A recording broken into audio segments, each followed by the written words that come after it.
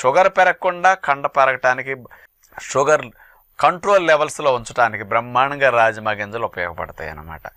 ఇందులో 100 గ్రాముల రాజ్మా గింజలు తీసుకున్నప్పుడు 16 గ్రాముల పీచు పదార్థాలు ఉన్నాయండి. మామూలుగా మనం వాడే ధాన్యాలు అన్నిట్లో చిరుధాన్యాలు మిలెట్స్లో 6 గ్రాములు, 8 గ్రాములు, 9 గ్రాములు పీచు పదార్థాలు ఉంటే అమ్మో చాలా పీచు పదార్థాలు ఉన్నాయి అనుకుంటాం. ఈ రాజ్మా గింజల్లో 16 గ్రాముల ఫైబర్ ఉందన్నమాట, పీచు పదార్థాలు.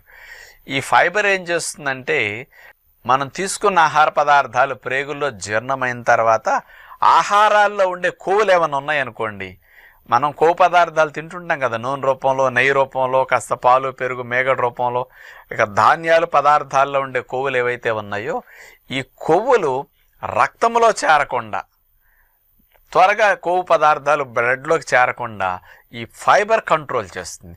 అందుకని వెయిట్ పెరగకుండా ఈ కొవ్వు